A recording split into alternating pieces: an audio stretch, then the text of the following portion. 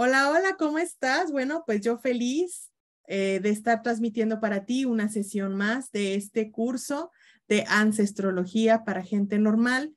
Te voy a recordar que se llaman para gente normal porque son temas muy sencillos, muy prácticos, enfocados a todas las personas que estén interesadas en conocer acerca de estas técnicas, pero que no pretenden convertirse en terapeutas. Así es que, con todo gusto, comenzamos con una sesión 2 para compartirles un complemento más de esto que es la ancestrología.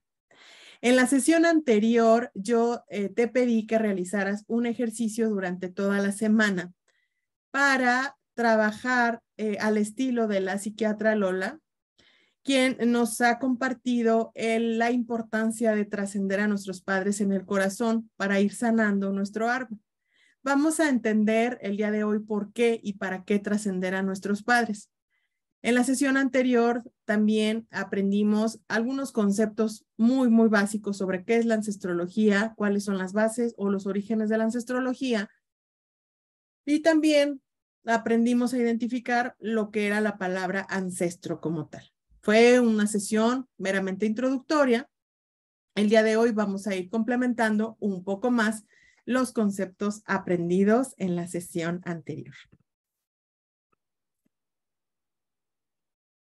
Bien, bueno, pues como te comenté, existen pues varios especialistas en el tema de ancestrología y varias técnicas relacionadas con la ancestrología.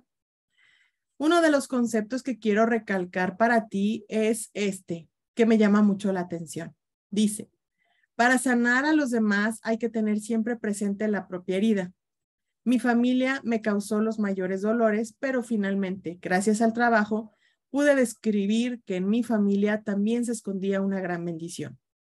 Esta frase está escrita por uno de los precursores de la ancestrología y precisamente fue una persona que tuvo que enseñarse en carne propia a sanar la herida de su familia para posteriormente poder ayudar a sanar a los demás.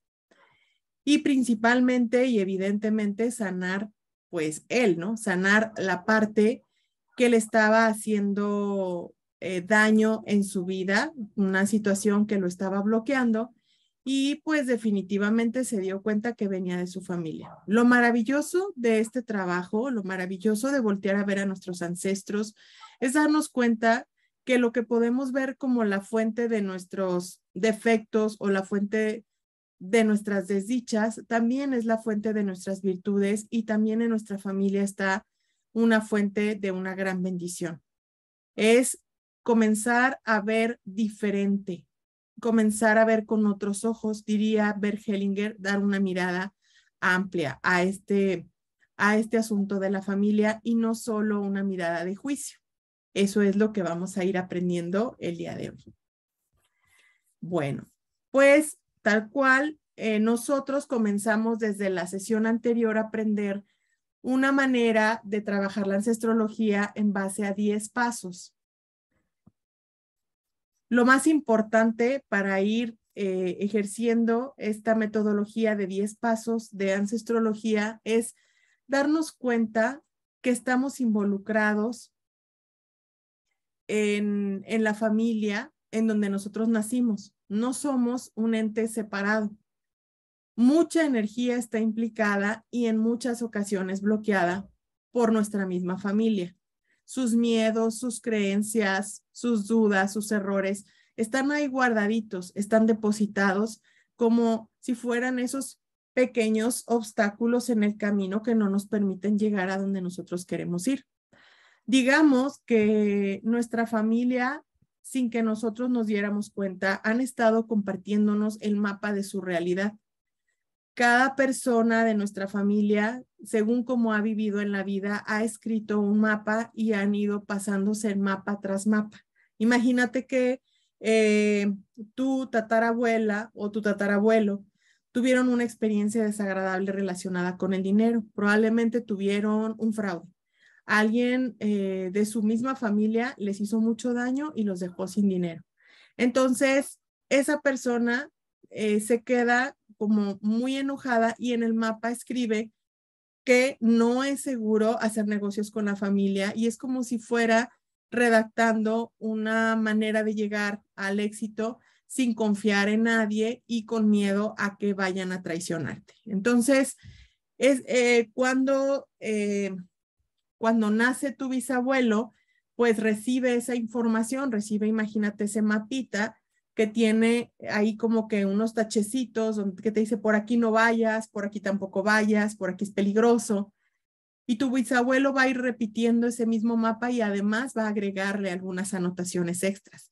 Va a ir agregando quizás que no solamente es, no debes confiar en, por ejemplo, en tus familiares porque te pueden traicionar, sino que también probablemente no puedes o no tienes la capacidad de hacer negocios lícitos, por ejemplo. Entonces, aquí ya se agrega un elemento extra, pero tú ya venías heredando la desconfianza de hacer negocios con las personas de tu familia y con el miedo a que te traicionaran. Pero ahora entonces en tu mapa ya hay una marquita que dice que te vayas por un camino, el de los negocios que no son lícitos. Entonces, cuando nace tu abuela o tu abuelo, independientemente el género no es como, no está relacionado con la herencia, cualquiera puede heredar el mapa, incluso lo heredan ambos. Entonces, hereda el mapa y también hace sus anotaciones. Cuando nace tu papá o tu mamá, hace sus anotaciones en su propio mapa. Entonces resulta que tú tienes un mapa del tesoro, pero ese mapa del tesoro tiene una cantidad de anotaciones impresionantes que ya parece que no te dan permiso de ir para ningún lado, porque resulta que uno te dice que con la familia no, que otro te dice que tú seas el que haga los negocios ilícitos y al final del día tú estás de brazos cruzados sin poder hacer dinero ni poder adquirir la riqueza en la vida porque no sabes qué fue lo que pasó, simplemente estás obedeciendo el mapa que te han estado pasando uno tras otro, uno tras otro. ¿Y qué es lo interesante de esto? Bueno, lo interesante de esto es darse cuenta que el mapa no es la realidad, no es la realidad en sí. El mapa solamente son las anotaciones de una persona que pasó por ahí, pero desde la época en la que tus ancestros pasaron por ese camino de vida, o sea, por este camino que se llama vida, a esta época en la que a ti te toca vivir esta experiencia de vida, es muy diferente. No sé si tú te has fijado, pero cuando viajas con una persona mayor hacia algún lugar que esa persona mayor ya había visitado antes, te puede decir, uy, mijito, uy, mijita, fíjate que aquí no había nada, aquí había puro sembradío, aquí veníamos en caballo o aquí veníamos en burro, aquí nos veníamos a lonchar o nos veníamos a descansar. ¿Qué esperanzas que hubiera tantas casas? ¿Qué esperanzas que hubiera aquí una estación de tren? Digo, al final del día, esto nos da la pauta para darnos cuenta que así como cambia el territorio, pues también cambia la realidad en sí. Sin embargo, bueno, es importante para dar el comienzo a estos pasos, a estos 10 pasos de la ancestrología, saber que todos esos vínculos emocionales, esos mapas, pues afloran cotidianamente porque parece que nosotros estamos repitiendo ese código de familia, estamos repitiendo el camino en función a ese mapa y no nos atrevemos a tomar un mapa nuevito. Nos cuesta mucho trabajo, está muy involucrada nuestra misma creatividad. Eso es esto es lo que resuelve de por qué, aunque no conocimos a alguien, nosotros tenemos algunos hábitos muy puntuales como tomar café en el mismo horario en el que lo tomaba alguna tía o algún tío, o ser alérgico a algún tipo de alimento como lo era alguien que estuvo antes que tú, algún ancestro tuyo. Lo interesante del asunto es que dentro de todas estas teorías de la ancestrología, se dice que lo que hay en tu rama o en tu árbol, o sea, lo que hay en tus ancestros, en las personas que estuvieron antes que tú, también lo hay en el de tu pareja o en el de tu, pues sí, en el de tu pareja o en el de tus parejas, iba a decir, porque muchas veces repetimos la historia, ¿sí? Repetimos la historia incluso hasta con la pareja. Y a veces no completamos la vida con esa pareja y cambiamos de pareja y repetimos la historia. Pareciera que nosotros estamos buscando a ver quién trae un mapa similar al nuestro o quién trae un mapa que complemente la historia que nosotros vamos a o creemos que tenemos que vivir. Bueno, pues así comienza muchas veces la historia de las parejas, repitiendo cotidianamente pues todos estos vínculos emocionales que han estado en la familia y que han sido como un código. Bien. En el paso número 2 del trabajo de la ancestrología es entonces tener la conciencia tan elevada para poder escuchar y conectar con nuestros ancestros. Es bueno que tú crees un lugar sagrado en donde, bueno, obviamente desde la sesión anterior yo te sugería colocar unas fotos en primera instancia de tus papás para que desde esa manera tú puedas sentir, conectarte, escuchar y sobre todo darte cuenta de qué es lo que se te ha transmitido y qué es lo que te ha heredado la familia. Es como darte el permiso de tener, imagínate que tienes un círculo de todos los anteriores directores de una compañía que de alguna manera ya han dirigido a la compañía y que ahora te toca ser a ti el director o la directora de esa compañía. Es bueno tener esas mesas redondas en donde ellos te puedan compartir lo que les funcionó y lo que no les funcionó de la vida. El hecho de hacer un lugar sagrado, de crear un lugar sagrado, no quiere decir que sea como un altar que no se pueda tocar. Hay casas que son muy pequeñas y que no pueden tener un espacio como tal. Sin embargo, tú puedes crear siempre ese espacio cuando quieras tener momentos de reflexión, cuando necesites consejos, cuando necesites los cómo no y los cómo sí de la vida. Nosotros no estamos solos en este plano y hay muchas personas que estuvieron antes que nosotros que ya saben cómo no vivir o cómo sí vivir. Incluso ya supieron equivocarse mucho antes que tú. Esto es lo que comienza a tomar sentido porque si nosotros nos quedamos solamente con la parte negativa de nuestros ancestros, la que no queremos repetir, estamos perdiendo de vista la parte positiva, lo que podríamos repetir y lo que podría funcionarnos. Estamos como comenzando a escribir una historia desde cero y se nos está haciendo por demás difícil. Entonces, para eso es que nosotros realizamos un primer ejercicio que fue el trascender a nuestros padres y llevarlos en el corazón. El objetivo de este paso, como es el paso número 4, que es buscar una fotografía de papá y mamá o imágenes de ellos cuando eran jóvenes y vitales y luminosos, es para que podamos ver los momentos en los que ellos fueron felices y los momentos en los que ellos tuvieron aciertos. Si bien es cierto, en muchas ocasiones, papá y mamá no estuvieron con nosotros en nuestra vida, no estuvieron en las mejores condiciones.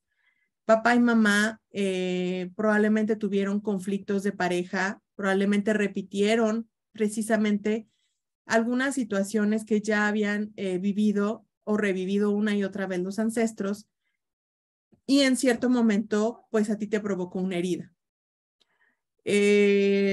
Desde la semana pasada, cuando yo les compartí esta tarea, existieron algunas personas que me escribieron a mi teléfono, a mi chat personal, y me decían que habían tenido una vida, pues la verdad es que muy triste, que habían tenido un gran dolor con papá, un gran dolor con mamá, que mamá no los había querido, que mamá les había dicho que prefería haberlos abortado, situaciones muy fuertes de vida, haber sido abusadas por papá, incluso haber sido abandonados también por papá desde edades muy pequeñas o simplemente no haber conocido a papá y a mamá, haber sido abandonados en la familia y haber sido educados por otros padres. Yo creo que definitivamente no podemos cambiar la manera en la que nosotros vivimos esa experiencia. Sin embargo, este es el momento de trascenderlos a ellos como seres humanos antes de sus errores o a pesar de sus errores. Como seres humanos pudieron haber cometido un gran error, pudieron haberte abandonado, pudieron haberte hecho mucho daño, pudieron haberte dicho cosas horribles, muy feas y probablemente hasta el día de hoy has llevado una vida desastrosa gracias a esa herida. Trabajar en los 10 pasos de la ancestrología nos va a ayudar precisamente a que podamos ver al ser humano. Y mi respuesta ante estas personas era, coloca una fotografía tuya cuando te sentías muy feliz, cuando eras niña. En algún momento de tu vida en donde sentiste que tenías todos los recursos para tener una vida plena y una vida feliz. O que no que tenías todos los recursos, simplemente que sentías que no te hacía falta nada. En ese momento, cuando tú te quedas observándote a ti, te das cuenta que vienen a tu mente algunas frases, algunas sensaciones de que alguien estaba siempre detrás de ti, de alguna manera y a nivel energético. Probablemente la ilusión de un niño o la ilusión de una niña, de crecer, de ser feliz, que es la misma ilusión que tus padres en algún momento tuvieron. Tus padres en algún momento fueron niños, en algún momento fueron inocentes. Ellos no siempre fueron tan malos como tú te imaginas que fueron. De hecho, ellos no fueron esa persona de la cual tú tienes memoria y que sientes que te ha herido tanto. Padre y madre, de alguna manera, vivieron como tú y probablemente también como tú sufrieron. Cuando puedes trascenderlos en el corazón, puedes darte cuenta que detrás de ellos estaba un ser humano dolido, un ser humano herido, y que quizás no supo hacer otra cosa más que sangrar sus heridas sobre de ti. Finalmente, agradecer nada más tu existencia es lo más que podemos hacer, porque gracias a que ellos llegaron antes que tú, es que tú estás aquí el día de hoy. Sí o sí, y sea como sea, no va a ser quizás como tú lo hubieras querido o como tú lo planearías hoy. Sin embargo, fue lo que tú necesitabas vivir y también fue lo que ellos necesitaban vivir. Puedes trascenderlos entonces a través de ti, a través de admirarte a ti, a través de darte el permiso de ver tus cualidades, a través de darte el permiso de ver que tienes la capacidad de salir adelante, tan fuerte que incluso saliste adelante a pesar de cualquier herida o de cualquier sufrimiento. La terapeuta que nos recomienda estos 10 pasos para la ancestrología, ella comenta que ella se sentaba durante 5 minutos frente a la fotografía de sus padres observándolos, sentir y anotar solo las cualidades positivas de ambos, observar al ser humano, no al padre que falló, no al esposo que falló quizás con tu mamá, o no a la mamá que falló quizás con el esposo, o no a la mamá que falló a sus hijos, sino un ser humano con ilusiones, con sueños, con capacidades, con alegría. Es ver cuáles son sus cualidades. Incluso en algún momento, ¿qué fue lo que hizo que mamá se enamorara de papá o que papá se enamorara de mamá?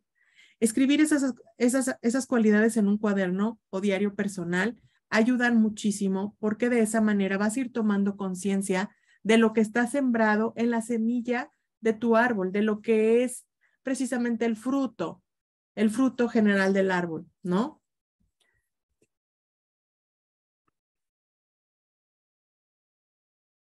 Lola Hoffman se dedicó durante todo un año. Esa es su recomendación. Ella durante todo un año fue dándose el permiso de que se despertaran en su interior esas mismas cualidades positivas de los papás. A través de verlos, ella comenta en su libro que definitivamente volteaba y veía a papá y a mamá y de repente decía, mira la pose de mamá, es muy segura, es muy decidida. Mira la pose de papá, se ve que es muy divertido. O sea, ella fue recreando y fue dejando que su intuición le fuera dando respuestas y resultados, probablemente de alguien que no conocía, probablemente de alguien que conoció muchísimo tiempo después. Evidentemente, cuando papá y mamá comienzan a cubrir el rol de papá y mamá, en gran medida dejan de ser ellos mismos y se convierten en el rol o en el personaje, bueno o malo, pero se convierten en un personaje. Por eso es que Lola Hoffman decía, yo tengo que irme más atrás en el tiempo, tengo que ir y rescatar esas cualidades positivas que están en la naturaleza de mis papás antes del personaje. Todas esas cualidades están en nuestros genes como estuvieron también en los genes de ellos, en nuestro interior, y ahí es donde podemos verlos y de ahí es donde podemos rescatarlos. Lo más importante de poder rescatar estas cualidades positivas es que vamos a podérselo transmitir a nuestros hijos. Toda la parte luminosa de nuestros ancestros la vamos a compartir. Y desde esta manera nosotros nos vamos a dar el permiso de vivir diferente, de ver diferente a nuestros ancestros, de honrarlos de otra manera, de honrar incluso a la familia en donde nos tocó nacer. Y, por ejemplo, es muy curioso que las familias que se sienten orgullosas de pertenecer a esa familia y de llevar ese apellido son más exitosas que las familias que incluso hasta reniegan de su apellido, como que les duele apellidarse de tal o cual manera, les da vergüenza. Las personas que se sienten orgullosas de su apellido saben que definitivamente hay errores y hay fallas en las personas que puedan llevar su apellido, pero que ellos pueden encargarse de ver la parte luminosa de su apellido y hacerlo resonar, pero en positivo. Bueno, pues hasta aquí nosotros trabajamos prácticamente en la sesión anterior. Habíamos dejado esta tarea para trascender a nuestros padres en ver su lado positivo. Espero que hayas podido realizar esta tarea y que hubieras tenido éxito. Si tu pregunta en estos momentos es, Pau, ¿tú consideras que debo realizar durante todo un año este ejercicio? Yo te diría, la verdad es que el tiempo no es una obligación. Sin embargo, yo sí te diría y te recomendaría que con constancia voltees a tener esa mirada amorosa hacia esas personas tan maravillosas que estuvieron antes que tú en este plano y que tuvieron sueños, que tuvieron muchísimos ideales y que finalmente pues te puedes dar el permiso de conocerlos a mayor profundidad si conectas y conectas y conectas con ellos cada día. Unos minutitos que te regales, la verdad es que no te van a quitar mucho y al contrario, te van a sumar demasiado a tu vida. Vas a poder darte cuenta que detrás de esos defectos hay muchísimas más cualidades. Y sobre todo, te enseñarás a conectar con tu intuición porque te vas a enseñar a conocer a alguien que quizás nunca te habías dado el permiso de conocer. Y dentro de ti van a estar las respuestas. Eso te lo garantizo. Bien. Bueno, pues dentro de los siguientes pasos viene un tema súper interesante, que es darnos cuenta de la historia familiar. Como yo te platicaba hace unos momentos, la historia familiar puede tener una herida, un dolor. ¿Te acuerdas que te comenté acerca de la traición que pudo haber sufrido un hermano por otro hermano que le quitó quizás todo su dinero? Bueno, pues imagínate el dolor que queda guardado. Imagínate que el malo de la historia es excluido, quien no merece ser visto, quien da vergüenza, quien hace sentir que el árbol o que la rama o que los ancestros se apenen. Esto sería un olvidado. Esta herida es una fuga de energía en el sistema familiar al que uno pertenece. Esta herida se manifiesta o se hace notar con cualquier persona del sistema familiar que se identifica con ese dolor. Yo me he dado cuenta que siempre en un árbol genealógico existe una persona que tiene una conciencia elevada, que en algunas teorías se le llama como la mala conciencia. ¿Por qué la mala conciencia? Porque es la persona que tiene la capacidad de ver lo que no está como lo que no está sirviendo y elige vivir diferente. O bien elige de una forma brusca dar a notar a ese excluido, a ese olvidado o a esa herida. Esa persona que tiene una conciencia elevada no es que sea el más inteligente, no es que sea mejor, no es que sea más. Simplemente es alguien que está viendo lo que los demás no ven. Eso es importante entenderlo. Siempre que exista un excluido en la familia o un olvidado, alguien más se va a encargar de ver, de hacerlo notar con sus actos, con sus comportamientos y adivina dónde, con los errores. Es muy notorio que lo van a hacer notar con algo que desagrade también para que la familia reaccione. Vamos a realizar nosotros un ejercicio, pero antes de platicarte qué ejercicio vamos a hacer, quiero platicarte acerca de la película, no sé si viste la película de Encanto, una película que hace alusión precisamente a un tío del cual nadie mencionaba. ¿Se acuerdan? De hecho, hay una canción que se llama Nadie habla de Bruno. Bueno, pues justamente quien tiene esa conciencia alta es el que parece que no tiene dones, que no tiene capacidades, parece que es el que menos digno es de la familia, pero es quien tiene la capacidad de encontrar al excluido. Tal cual, si no has visto esa película, la verdad yo te la recomiendo muchísimo porque vas a entender mucho acerca de esto de lo que estamos platicando. De hecho, me voy a dar el permiso de buscarla y con todo gusto se las comparto en los grupos de WhatsApp para que puedan disfrutarla y puedan entender un poquito de qué es de lo que estamos hablando en esto del árbol genealógico y de los excluidos.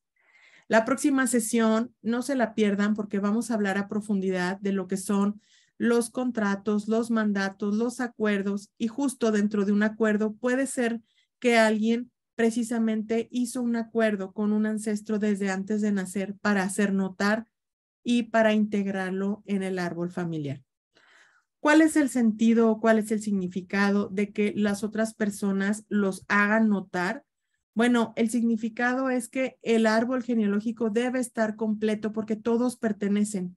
Digamos lo que buenos y malos, todos pertenecen. Y tener ese compromiso de pertenencia, bueno, más que compromiso, creo yo que es es un beneficio, ¿no? El beneficio de la pertenencia, creo yo, o una bendición, la bendición de pertenecer. Para esto, nosotros vamos a comenzar a practicar con lo que se llama un genograma, ¿de acuerdo? Realizar un genograma nos va a dar el permiso para identificar ya sea la herida o ya sea el excluido o darnos cuenta qué es lo que está pasando en nuestro árbol genealógico y poderlo sanar. Lo primero que vamos a hacer es entender qué es un genograma, ¿de acuerdo? Un genograma nos va a ser de mucha utilidad. En ese genograma nosotros vamos a abarcar hasta 4 generaciones, no más, ¿de acuerdo? Para que no se me queden viendo con cara de ¿cómo le voy a hacer? Solo vamos a incluir a 4 generaciones para poder mirar y honrar a esas 4 generaciones y después con la práctica, pues tú ya podrás ir agregando e incluyendo más generaciones si así lo deseas. Sin embargo, en este ejercicio que nosotros vamos a realizar, vamos a incluir 4 generaciones para realizar nuestro primer genograma.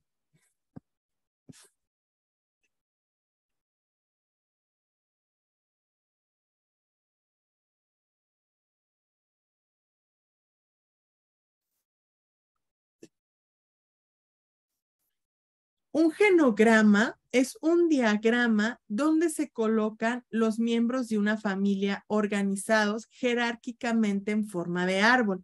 A esto le vamos a llamar genograma. Digamos que nosotros de una forma tradicional le llamamos árbol genealógico, pero la forma de llamar al diagrama como tal es genograma.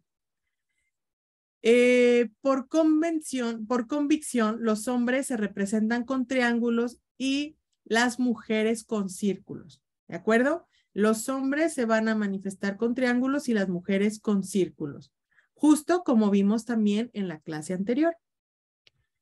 Las parejas se van a conectar con una línea y los matrimonios con 2 líneas. Eso quiere decir que si son parejas pero no se casaron, solo tuvieron hijos, van a representarse con una línea. Pero si se casaron, se van a representar con 2 líneas. Si hubo un divorcio, se va a representar cortando las líneas con una línea diagonal. Lo vamos a ver en un ratito más. De la línea de una pareja se van a desprender los hijos y las hijas y se van a colocar debajo de ellos y en orden de aparición, o sea, conforme van naciendo los hijos. De izquierda a derecha, donde en la izquierda está el más grande y a la derecha está el más chico. Hay otras anotaciones que vamos a ir aprendiendo con la práctica. Por lo pronto, vamos a revisar la idea principal y básica de un genograma chiquito, pero vamos a entender cómo son las diferentes notaciones que se realizan en el genograma. Quiero pedirte que tomes nota porque la tarea que vas a tener para esta semana es de realizar tu genograma de esas 4 generaciones. ¿Qué es lo que vas a considerar en esas 4 generaciones? Obviamente te vas a poner a ti y a tus hermanos en el primer piso, a tus padres en el segundo piso, a tus abuelos en el tercer piso y a tus bisabuelos en el cuarto piso. Te lo voy a repetir. A ti y a tus hermanos en el primer piso, a tus padres en el segundo piso, a tus abuelos en el tercer piso y a tus bisabuelos en el cuarto piso. Bueno, pues aquí tenemos el genograma donde tenemos a Juan que se casa con Elena. Aquí está la doble línea que los está uniendo a Juan con Elena. Juan se dibujó con un triángulo porque es un hombre y Elena con un círculo. Aquí está la fecha en la que nació Juan. Juan nació el 6 de mayo de 1941 y tiene una cruz de que falleció. Las personas que sean finadas o que ya fallecieron se van a marcar con una cruz y se le coloca la fecha en la que falleció. Tenemos a Elena, que nació el 10 de noviembre de 1947 y Elena sigue aún, al día de hoy, sigue viva. Sin embargo, esto nos indica que aunque falleció Juan, al final del día no sabemos si se divorciaron antes de que falleciera. Me refiero a, no sabemos más bien si el divorcio, qué tanto tiempo fue antes de que Juan falleciera, aunque ya están separados, digamos, por la muerte. Pudieron haber estado separados desde hace mucho tiempo. En este momento no es tan importante colocar la fecha del divorcio, pero para ciertos análisis puede ser que sea importante saber la fecha del divorcio, porque dentro de las familias en ocasiones existen repeticiones de fechas y las repeticiones de fechas son muy importantes, muy, muy importantes. Entonces, bueno, ahí te dejo este dato como comentario y lo vamos a ver en las siguientes clases. Bien, bueno, pues tenemos aquí a Isabel, que nació en el 67, el 17 de septiembre del 67. Tenemos a Ana, que es la segunda hija de este matrimonio, y Ana se une con Héctor, pero no se casa. ¿Se fijan? Ana se une con Héctor, pero no se casa. ¿De acuerdo?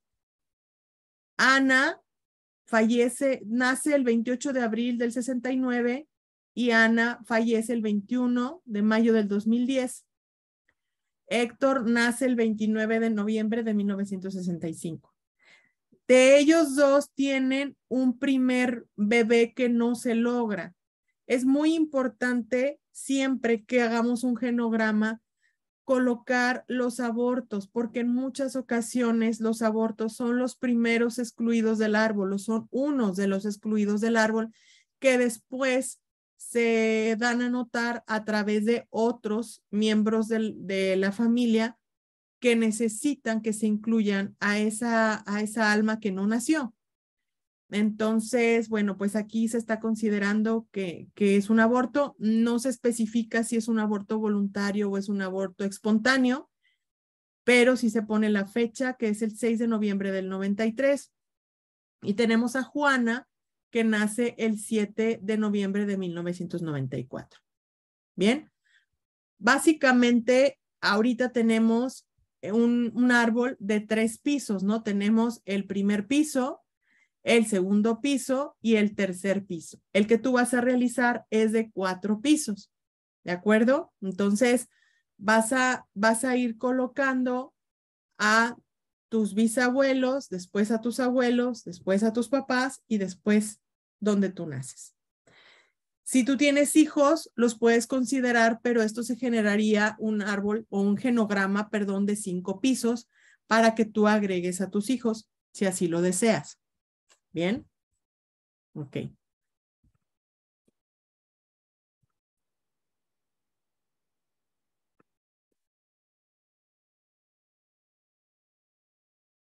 Lo que nosotros logramos al realizar un genograma es una reconexión emocional con el sistema familiar y es además una forma de honrar a nuestros padres por la vida, pero también de comprender el destino familiar, cómo entender varias de las repeticiones que hemos estado viviendo.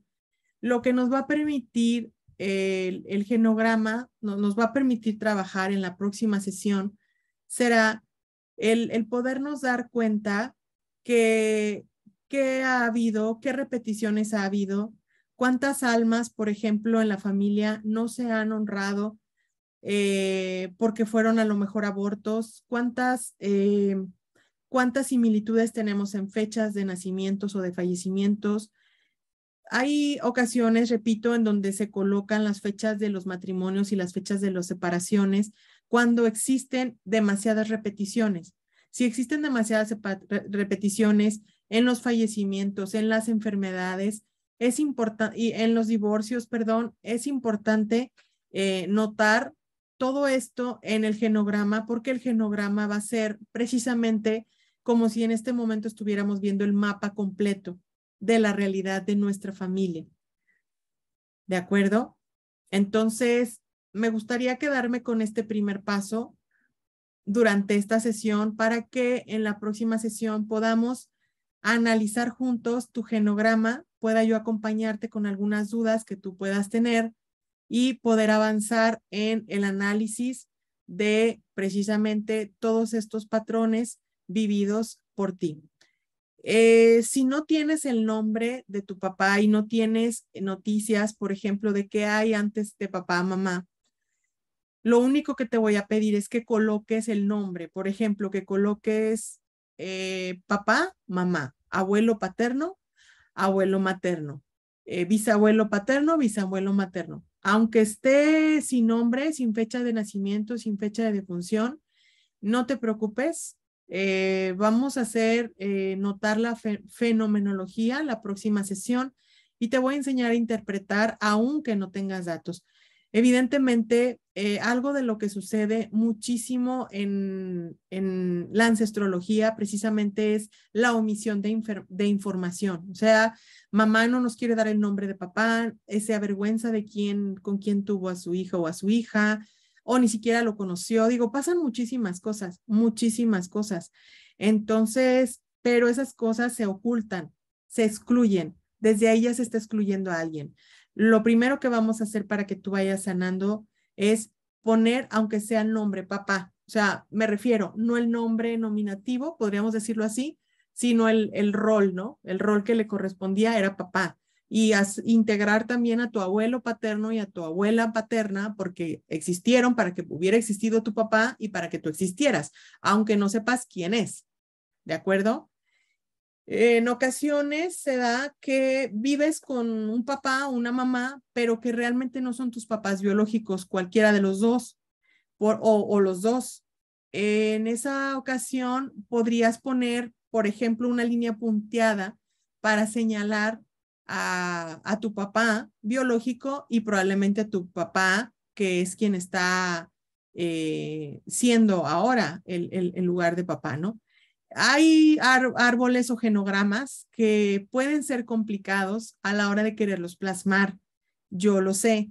Sin embargo, vamos a comenzar con las bases, tratar de hacerlo sencillo. Si tienes alguna duda de cómo integrar a alguien en tu genograma, te diría, escucha tu intuición y tú simplemente intégralo. Integra a todos los que forman parte de tu vida en estos 4 pisos. La próxima sesión nos vamos a enseñar a integrar precisamente con la fenomenología todo lo que está sucediendo, sobre todo también cuando son familias integradas. Hay personas que pueden decir, yo tengo hermanos de parte de papá, ajá, tengo hermanos de parte de papá, sí, se pueden integrar colocándolos debajo de papá, pero no debajo de mamá. Entonces hay que hacer una línea lateral en donde estén en tu misma línea, pero no estén vinculados con tu mamá, pero sí con tu papá.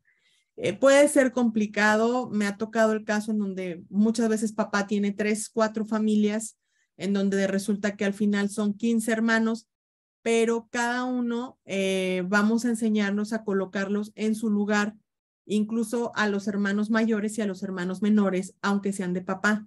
Es un trabajo robusto, es un trabajo complejo, pero creo y estoy segura y convencida de que integrarlos a todo mejora mucho tu vida. ¿De acuerdo? También hay personas que pueden estar, que pueden estarse preguntando qué pasa si, por ejemplo, yo les dije casados, si puede ser civil o de alguna religión. Sí, claro. El casados podemos decir es que exista un vínculo socialmente aceptable, o sea, aceptado. Me refiero por la ley, por la religión, cualquiera que sea, pero existe un vínculo muy diferente a solo la unión. No sé si me explico, o sea, al solo tener hijos. Cuando me refiero a casados, puede ser alguien que incluso vivió 30 años juntos, aunque nunca acudieron a ninguna ley. Pero cuando se refiere a no casados, es ese caso en el que a veces dicen, yo soy hija de mi mamá y de mi papá, soy la primera hija de mamá y papá, pero soy la segunda hija de mi papá con otra señora. Entonces, tu papá a lo mejor estaba casado con la otra señora, ahí vas a poner la línea con la otra señora y después vas a poner a tu papá y vas a poner con la línea con tu mamá donde no hay una línea. Y está bien, o sea, está bien más o menos para darnos cuenta y acomodarnos en nuestro lugar e integrarnos. Y también lo más importante es que nosotros, cuando podemos ver nuestro genograma, vamos a dejar de sentirnos excluidos, sobre todo, repito, cuando hay familias integradas de diferentes hermanos, hijos de papá o de mamá o de ambos. No tiene que ser complicado, sin embargo, sí tratar de escribirlo, pues lo es cuando lo hacemos por primera vez, ¿de acuerdo? Entonces, déjate llevar por tu intuición, coloca según te nazca. Repito, en la próxima sesión se van a sorprender mucho porque vamos a estudiar los conceptos de fenomenología. No vamos a salir expertos, intérpretes de genogramas, pero sí vamos a poder entender algunas cositas de lo que está pasando en nuestra vida, que ese es el objetivo. Ya con eso probablemente puedas ir a alguna terapia específica en ancestrología si es que detectamos que algo está como muy chueco o algo necesita ayuda. Pero mientras tanto, si no, con lo que yo te voy a compartir, las diferentes técnicas que vamos a estar realizando, te van a ayudar de forma general a resolver muchísimo todo este tema de tu árbol genealógico. ¿Bien? Ok, entonces ya tenemos tarea para la próxima sesión. Vamos a realizar nuestro genograma donde vamos a integrar 4 pisos, en donde en un piso nos vamos a poner nosotros y nuestros hermanos. Vamos a colocar después a nuestros papás en el segundo piso, en el tercer piso a nuestros abuelos y en el cuarto piso a nuestros bisabuelos. Si nosotros integramos a nuestros hijos, serían un piso que está abajo de nosotros, pero ese lo vamos a considerar como un piso que baja después de nosotros, ¿sí? Para que nuestro genograma quede de 5 pisos, pero los más importantes son a partir de ti hacia arriba, ¿de acuerdo? ¿Sí? Ok, bueno, pues recuerda que si tienes alguna duda, algún comentario, me puedes escribir en cualquiera de mis redes sociales, directamente en la liga de este video de YouTube, me puedes escribir a mi WhatsApp o en los grupos de WhatsApp que tenemos también que se llaman Cursos con Pau. Con toda confianza, te ayuda a despejar todas tus dudas para que la próxima semana tengas ya a la mano tu genograma de 4 pisos. ¿Bien? Bueno, pues muchísimas gracias a todas y a todos por haber estado aquí. Gracias de todo corazón por haberme permitido darles esta entrega, esta nueva sesión de Ancestrología para Gente Normal. Nos vemos la próxima semana el miércoles a las 7 p.m. hora de México para continuar aprendiendo de este maravilloso mundo de la ancestrología. Muchísimas gracias a todos. Que tengan una linda tarde, un lindo día y recuerden sentirse bien porque se siente muy bien sentirse bien. Hasta la próxima.